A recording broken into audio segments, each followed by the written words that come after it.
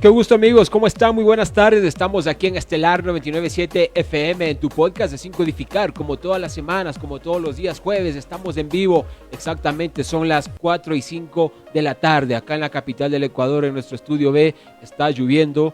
Qué bueno que llueva y esperemos también llueve en algunos sectores rurales donde necesita también la agricultura, los animales, que llueva. Es muy buena y satisfactoria esta lluvia también que necesita el medio ambiente. Entre otras noticias, para iniciar, antes de entrar con nuestro invitado, déjenme decirles también que Yadira Vallas, asambleísta de ADN 7, ha postulado como precandidata a la prefectura de Santo Domingo y así también sabemos que lo hará en las próximas horas. También el viceprefecto de Santo Domingo oficializará su candidatura para esa prefectura en la provincia de Santo Domingo. Recordemos que la actual prefecta es Joana Núñez, que ya termina sus 2 periodos. Así también se barajan varios nombres para la ciudad de Santo Domingo. También ya se está oficializando la precandidatura en la provincia de Pichincha de la canciller Gabriela Sommerfeld como candidata a prefecta por ADN 7 y se barajan algunos nombres para la alcaldía también de Quito, como Wilson Merino, como Andrés Campaña, la reelección Pavel Muñoz y también el señor Jorge Yunda Machado. Así se van dando los escenarios. Andrés Bushmer suena también para la alcaldía del Guayaquil.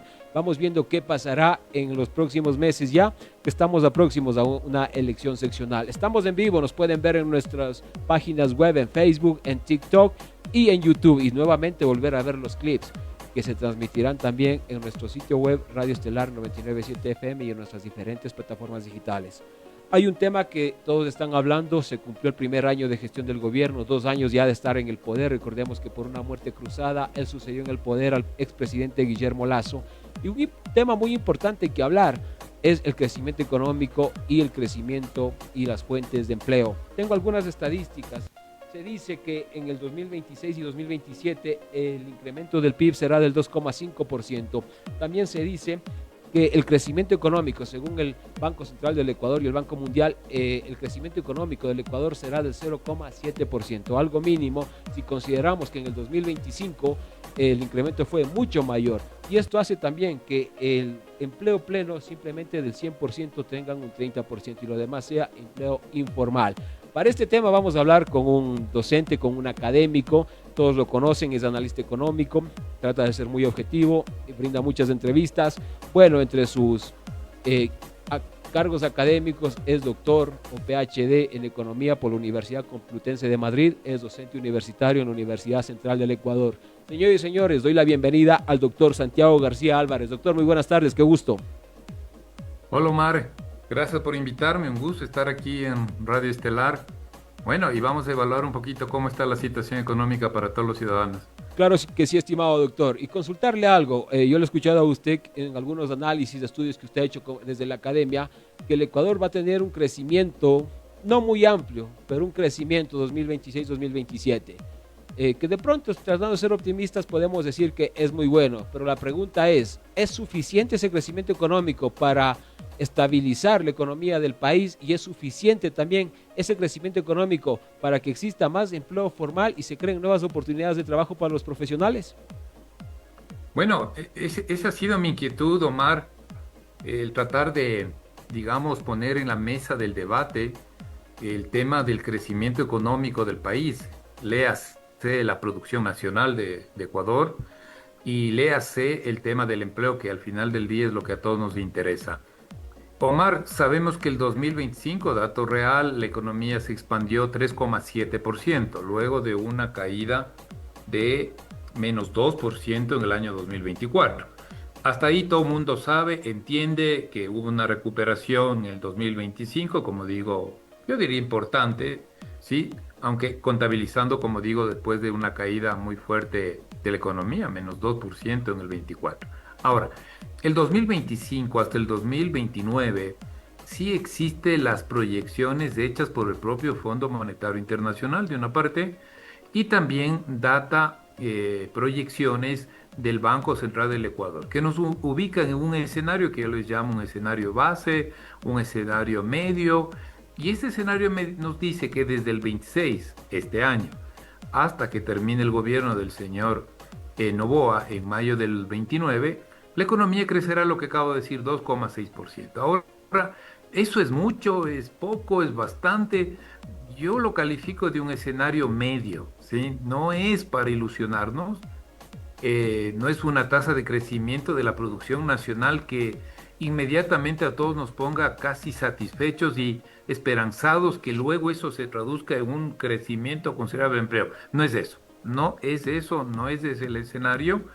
Ahora, del otro que también es justo decirle, tampoco en estos próximos 3 años que vienen, incluido este, eh, tampoco se prevé una crisis como tal, ¿no? Ya salvo si pasa alguna cuestión imponderable y digamos, un shock tan fuerte como en el 24, ¿no? Cuando se nos cayó la producción por el racionamiento eléctrico. Pero en principio no se ve eso.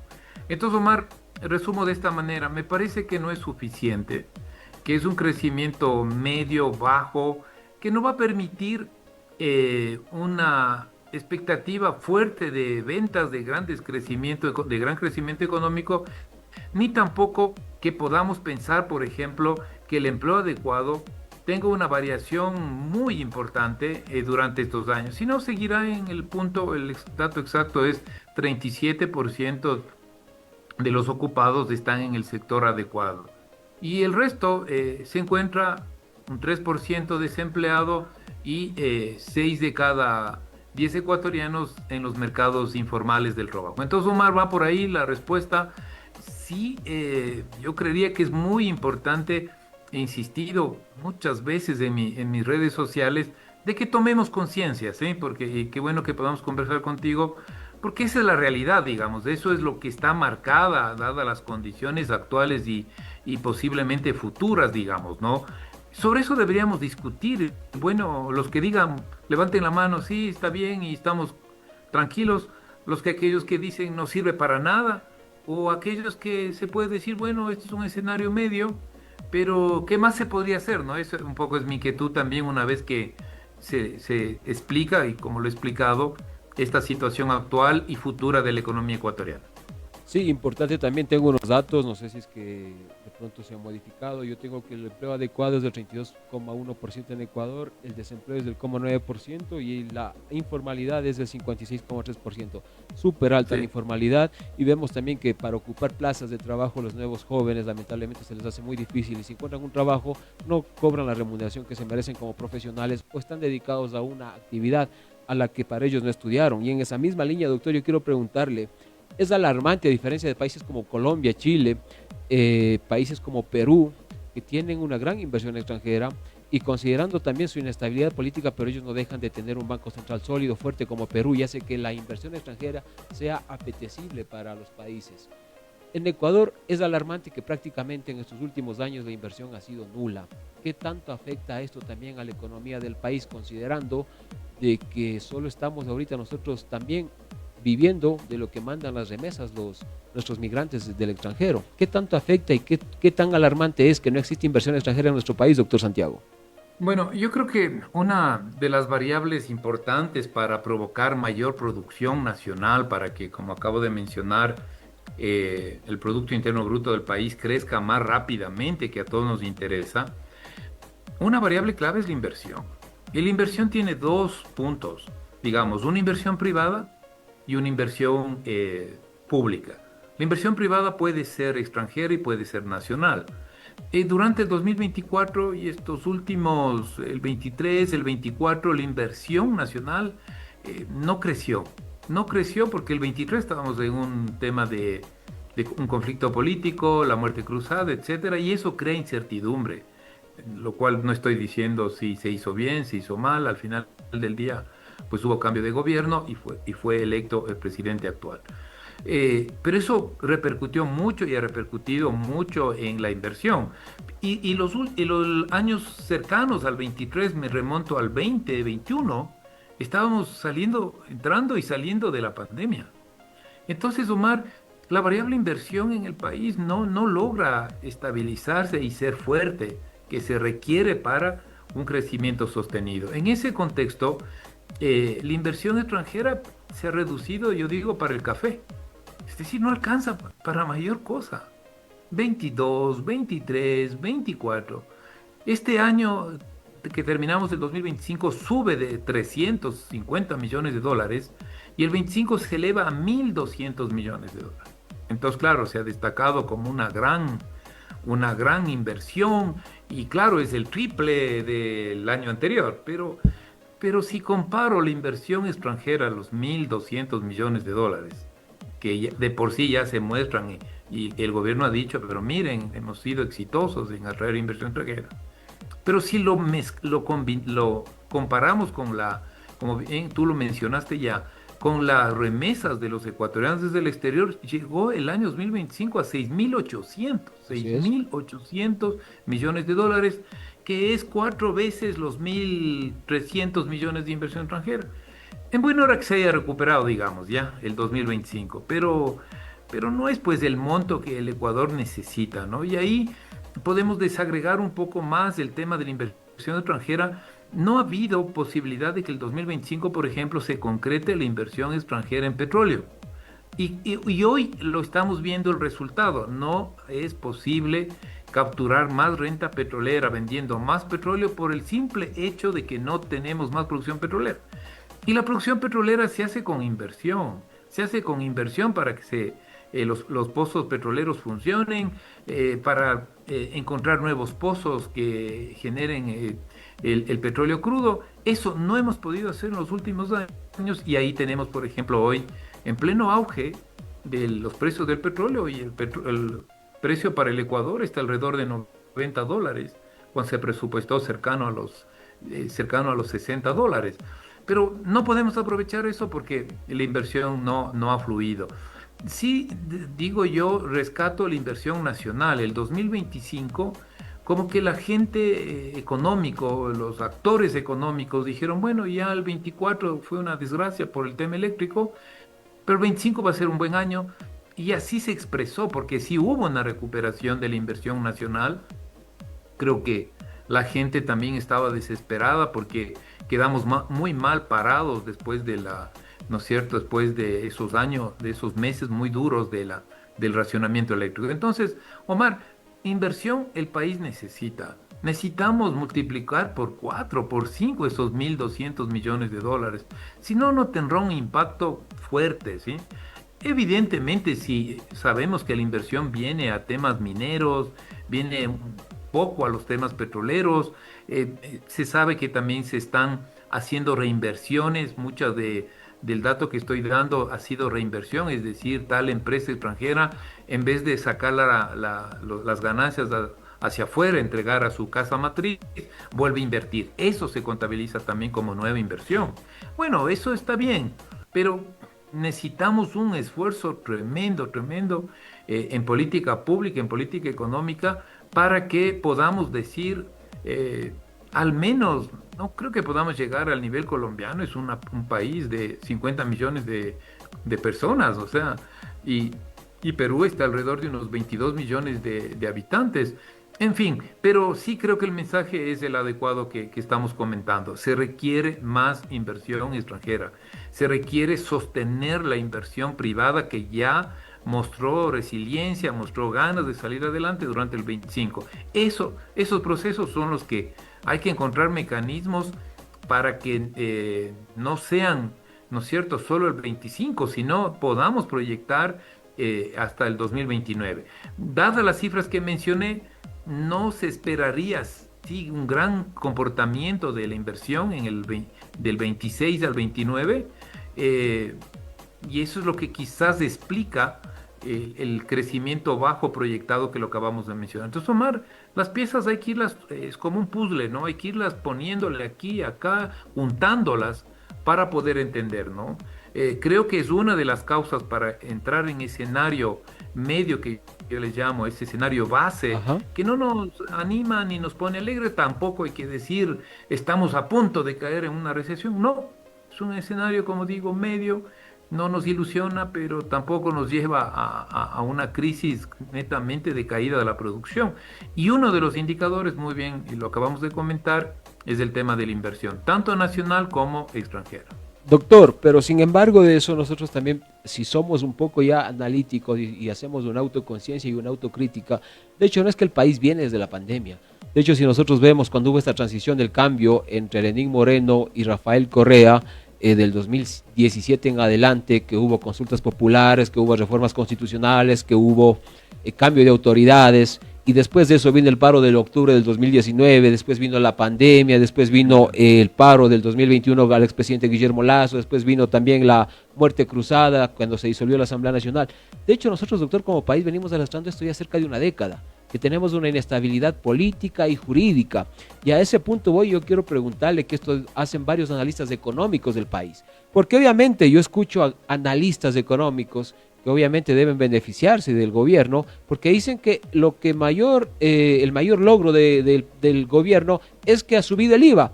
Ok, completamente de acuerdo, las empresas ganan utilidades, pero si somos objetivos, las empresas a nivel del mundo todos los años ganan utilidades. La pregunta está, ¿qué está pasando con la clase media y la clase inferior? Lo que se conoce en economía como efecto rezago. ¿No son ellos los mal golpeados en la economía del país, doctor Santiago?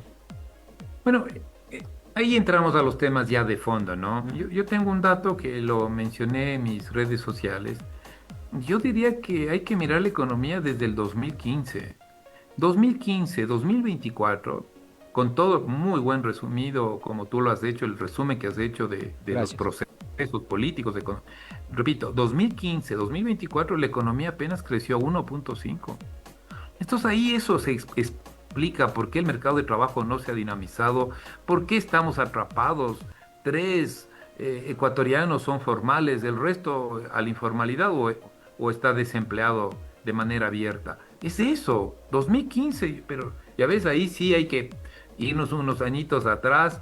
De Moreno también, los últimos 2 años, ese 15, 16 ya no fueron buenos y empezamos hasta el 2024 que acabo de mencionar, un crecimiento exactamente, o digamos muy parecido al crecimiento poblacional, es decir, la economía casi no alcanza a dar de comer a la gente que nace en este país, esa es la conclusión.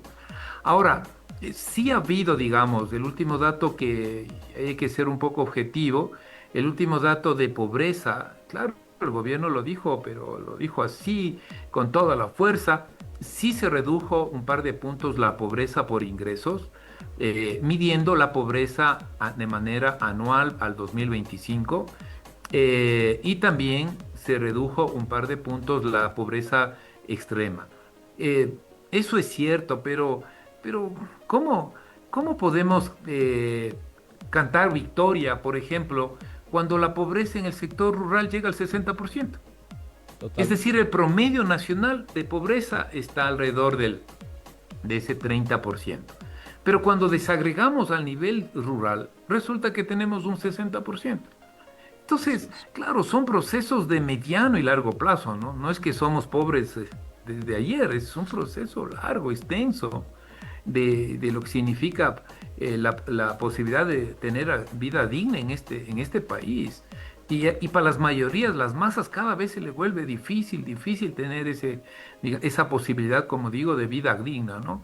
Entonces, Omar, estamos, yo diría, en una etapa en tema social como parados, ¿no? No es que la pobreza ha crecido considerablemente, al menos en los últimos 2 años, no es así, pero los niveles, pese a que no han crecido, digamos, más bien ha habido una reducción menor, tanto en la pobreza por ingresos y también la pobreza extrema por ingresos. Sí ha habido una reducción en los 2 últimos años, pero no es suficiente. Menciono ese dato que a mí personalmente me descuadra todo, ¿no? 60% del sector rural en pobreza, ¿no?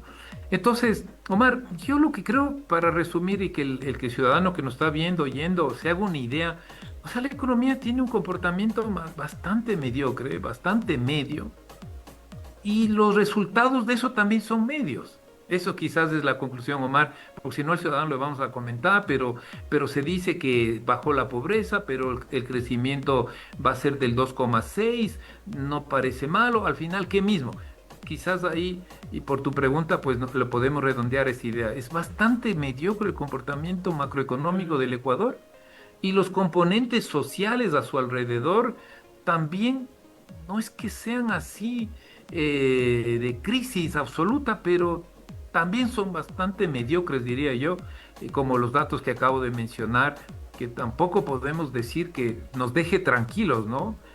Claro, habrá, y bueno, los gobiernos tienen todo el derecho de decirle a los ciudadanos todo lo bueno que supuestamente hacen o en realidad hacen, ¿no? Y los resultados que hacen, pero bueno, digo, siempre darán la propaganda oficial, pero tenemos el derecho los ciudadanos también de hacer réplica, decir, bueno, pero este es el nivel realmente, tal como lo vemos. Eso, Omar, empleo, hay una variable también importante que es la inflación, la dolarización como que ha blindado, porque imaginémonos, Omar, un rato hablar de que tuviésemos una inflación alta y eso le pega y empobrece a la clase media y a las clases bajas.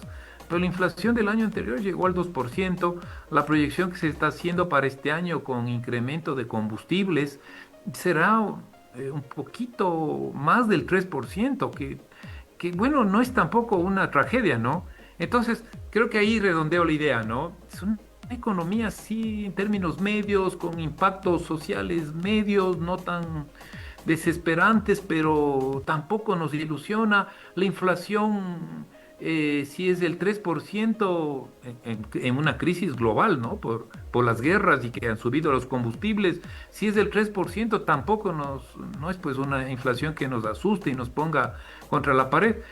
Eso, Omar, ¿no? Como que estamos en un nivel medio y ahí seguimos metidos y tengo la impresión de los análisis que he hecho que al menos hasta el 2029 será ese el sendero que vamos a seguir caminando, ¿no? Y claro, y hay que sumarle también otro concepto. El concepto es que para el 2029-2030, quizás ya lo que el Ecuador reciba por temas mineros y por temas petroleros, ese presupuesto que en Ecuador sirva solo para pagar deudas. Y eso es algo que también alerta, porque nosotros nos endeudamos y pagamos deudas. Y también otro dato que yo tenía sobre el fondo o el FMI es de que el Ecuador para el 2018 se estima de que reducirá el déficit fiscal en el 0,7%. Pero hay un tema también muy importante que hay que resaltarlo y tocarlo, que es así que también como sube la inflación, veo a muchas personas de clase media, de clase inferior, Bien. y que llama la atención que la clase media está desapareciendo y está siendo clase inferior, mientras que la clase alta sigue haciéndose más ricos. No pasa en Ecuador, es en Latinoamérica.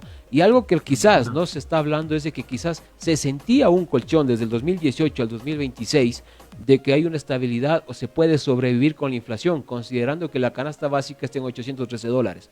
Pero si hoy día nos podemos saber cuánta gente está endeudada en bancos, cuánta gente debe en tarjetas de crédito, cuántos juicios ustedes saben se ingresa en la capital de la República por los bancos del país a deudores a la banca, créanme, es una cantidad, más o menos se oscila que más o menos cada año estarán entrando 5,000 juicios ejecutivos al año que demandan los bancos. Quiere decir que es una cifra alta, considerando que esto en algún momento ya empieza a sentir y empieza a mermar los bolsillos de Ecuador. Estamos en vivo con el doctor Santiago García Álvarez. Él es académico, él es doctor en economía y él es docente universitario de la Universidad Central del Ecuador. Estamos en vivo, exactamente son las 4:28 aquí en Radio Estelar 99.7 FM. Doctor, para ir cerrando esta entrevista yo quiero preguntarle algo. Si es muy importante también es el rubro del turismo. Pero por un lado se habla de que se quiere crear el escenario perfecto para que venga también inversión extranjera, venga el turismo, pero por otro lado estamos estado de excepción y en estado de guerra. ¿Qué tan contradictorio es hablar de que se quiere atraer el turismo y por otro lado uno se dice y se declara estados de excepción o de guerra? De pronto no estoy tocando el fondo y digo que esté bien o esté mal, pero estamos estado de excepción y no se ve que la delincuencia disminuya. ¿Es un buen mensaje para el turismo internacional el declarar estados de excepción o es un mal mensaje y eso afecta también que no haya ingresos económicos para el país? No, a ver, Omar, muy buena inquietud. Ese tema sí creo que debería debatirse un poquito más, ¿sí? Gracias, Por la doctor. amplitud de la temática, ¿no? Yo ahí sí creo que hay que ser crítico con la política de seguridad del gobierno. Me parece que hace muchas cosas, ¿no? Utiliza muchos instrumentos. Por ejemplo, ¿no es cierto? Esto de los estados de excepción. Eh, Se construye una cárcel pequeña y nos hablan de 60.000 personas involucradas con los GDO, los grupos delincuenciales. 60.000. Hay otros colegas que dicen 70.000. Y construimos una cárcel de 800 para 800 personas, Ajá. 800. Entonces yo lo digo así frontalmente, ¿no? No hay una política sólida de seguridad. Me parece que, pero digo con toda honestidad, requiere más análisis, ¿no? Más, Omar, armemos una discusión así pero Con para gusto. mezclar la economía y la seguridad, ¿no? Así es. Porque también uno dice, pero es fácil, hay que controlar esto y entonces vendrán más turistas. A ver, pero ¿en qué parte no se ha entendido bien? Estamos en un estado, digamos, de una situación complicadísima de inseguridad por el crimen organizado. Entonces, ahí creo que si uno entiende que no hay esa política, digamos, de mediano y largo plazo, no superactivistas, sino cuatro o cinco herramientas pensadas, consensuadas, de impacto, ahí yo siento que no tiene mucha, ¿cómo decirlo? Consistencia con la parte económica, esto de las declaratorias de emergencia. Por ejemplo, en Quito no sentó bien eso en términos económicos. Así es. No he visto las cifras o las cifras que se dieron sobre los impactos por ejemplo, qué pasó en Quito. Claro, dijeron no sé cuántos, se me va de la cabeza, aprendidos durante ¿no es cierto?, el estado de excepción, Ajá. pero algunos por incumplimiento, ¿no? O sea, Correcto. se quedaron en la calle y sancionados.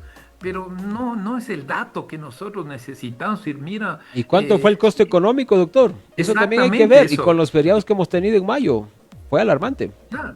Entonces, Omar, yo me dejo esa idea. Yo creo que sí requerimos, y eso debería ser una política nacional consensuada. Ya no más estas acciones sueltas, sino consensuada en el sentido de que cuál es el rol de un estado de excepción, cuándo sí, cuándo no. Este tema, yo estoy convencido, mirando experiencias de otros países, es muy importante el tema carcelario, digamos. Tres, es muy importante la lucha contra lo que significa hoy hasta el nombre le hemos cambiado, los gatilleros son sicarios, yo no sé por qué se les llama gatilleros. Ajá.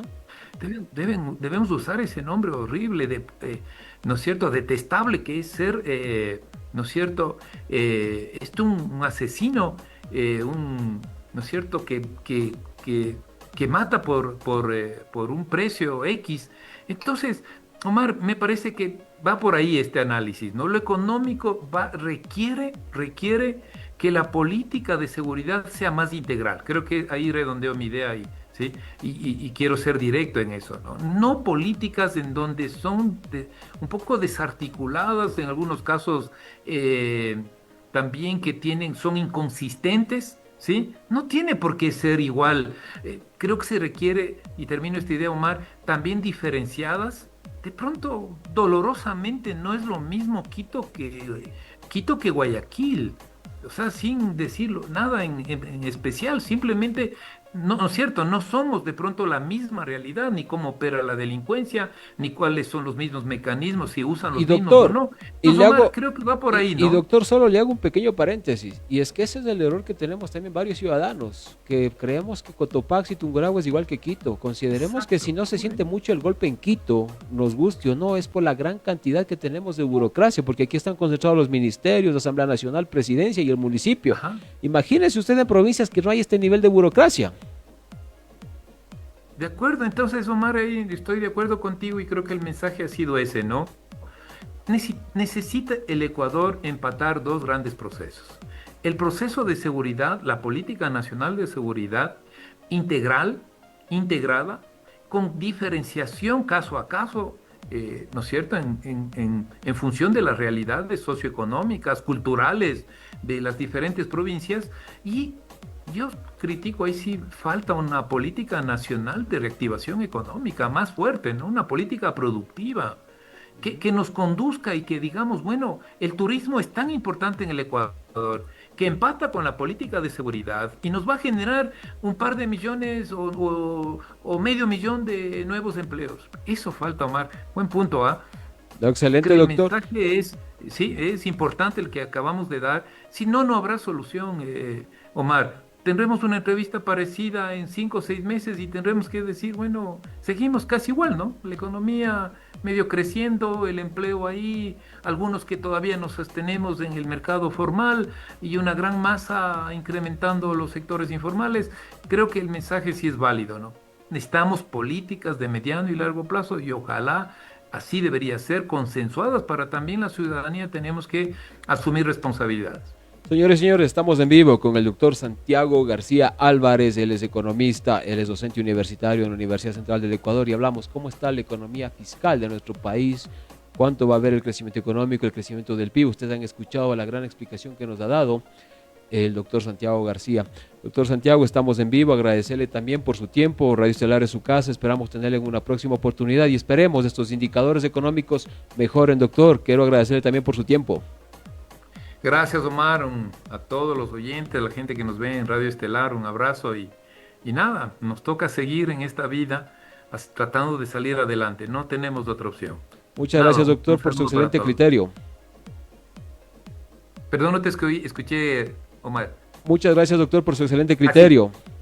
Gracias, Omar, sí, ahí nos mezclamos las dos voces. No, gracias, Omar, un saludo a todos y como digo, pues el Ecuador sigue, tenemos que seguir las familias en circunstancias no tan fáciles, pero bueno, siempre habrá esperanza de mejorar. Muchas gracias, estamos en vivo, son 4:36 de la tarde, hemos estado con el doctor Santiago García Álvarez, economista, docente de la Universidad Central del Ecuador. Estamos en vivo, nos pueden ver en nuestra cuenta de Facebook, de TikTok, y en el segundo bloque, después de un corte comercial, nos acompañará la doctora Grace Arias Vallas. Ella es médico, especialista cirujana general y laparoscópica del Hospital Alianza del Ecuador. Vamos a hablar con ella sobre la hernia no reductible y dolorosa. Vamos a estar hablando sobre los tipos de hernias, cuáles son los tratamientos, cómo se pueden tratar, en qué casos se necesita de una cirugía o una intervención de un médico y cuánto tarda su recuperación. La hernia, este cuadro médico que a veces podemos padecerlo y lo padecen algunas personas de nuestro país. Estamos en vivo, esto es Estelar 99.7 FM, regresamos de un corte comercial.